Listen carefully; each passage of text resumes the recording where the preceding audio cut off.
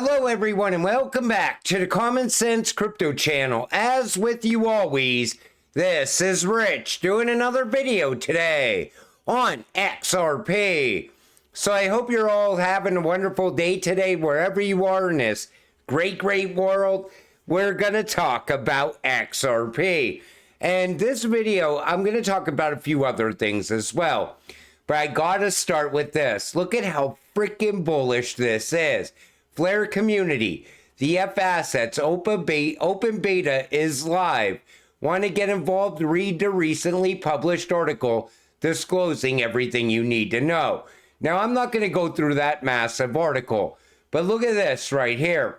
F-Test XRP. You have the Flare and XRP logo side by side. It is coming. And I can't wait to see where we go with Flare. I think it's going to be huge. You know, I used to do a lot of Flare videos. And back then everybody said, oh, Flare's none but a scam.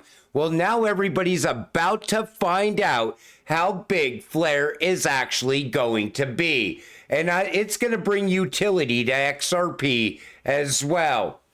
This comes from Mr. Man. Ripple's technology, particularly XRP and RippleNet, could facilitate the Brics communal currency scheme by enabling fast, low-cost, and secure cross-border transactions, providing transparency through blockchain, and supporting a commodity-backed stablecoin. Notably, Ripple has partnerships with every Brics member nation, positioning it as a viable solution for their economic integration. The Brics currency, known right now as R5, could be backed by gold, wheat, corn, olive oil, and any other commodity of value. Like I've been saying all along, Ripple already has the rails set up inside of all the Brics countries. I think they will be utilizing XRP. You know why? Because it's a neutral bridge currency. They will be willing to use it. Crypto on a whole is going up in adoption, up in value, and also with Ripple versus SEC. This also comes from Mr. Man. Take a listen. Good morning. So, you know, it's a bumpy ride, what's happening in the world of blockchain and crypto, I think.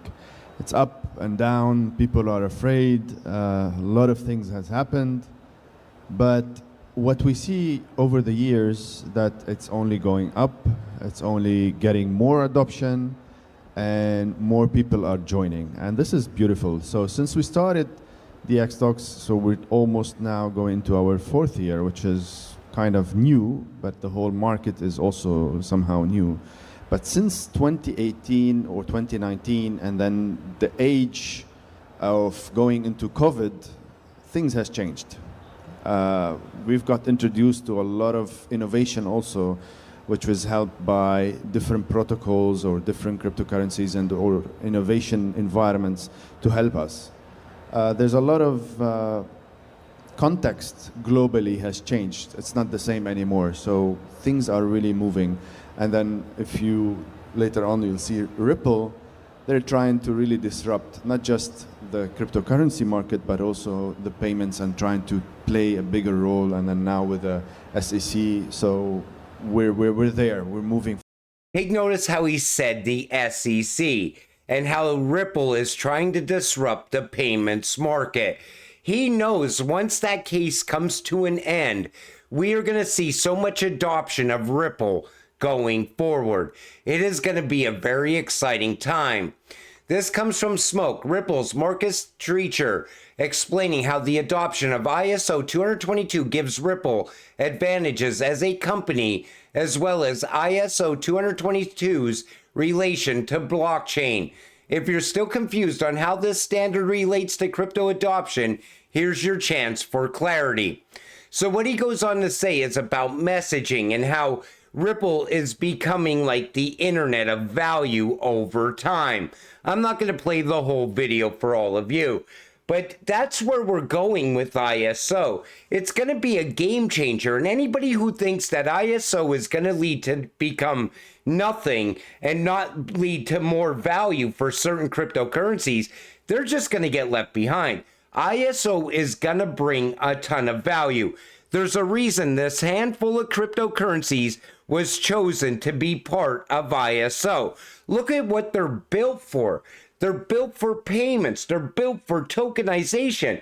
Q&T is the operating system for blockchain, like the glue holding everything together. And this is all happening in real time right now. It's all getting built out behind the scenes.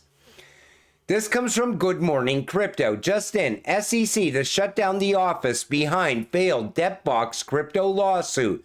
The judge dismissed the SEC case against DebtBox last week after the regulator filed for dismissal without prejudice.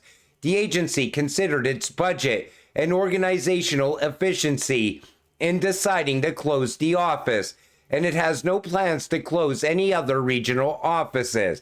So they closed the Salt Lake City regional office after what happened with DebtBox.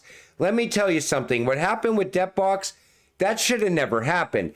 People were stuck overseas because their assets were frozen because of the corrupt SEC. The Digital Chamber, ahead of tomorrow's Financial Services Committee hearing on tokenization, we're excited to support the bipartisan Tokenization Report Act of 2024, introduced by Rep. Timmons and Rep. Ritchie. This bill is pivotal for understanding and advancing the tokenization of traditional assets. It is coming. Tokenization is really going to start to pick up acceleration throughout the rest of this year. This also comes from the Digital Chamber. Anyone who opposes to crypto and Web3 and the blockchain and the potential that it has to revolutionize the way we deal with things in the United States is going to be like you were voting against the internet. Take a listen.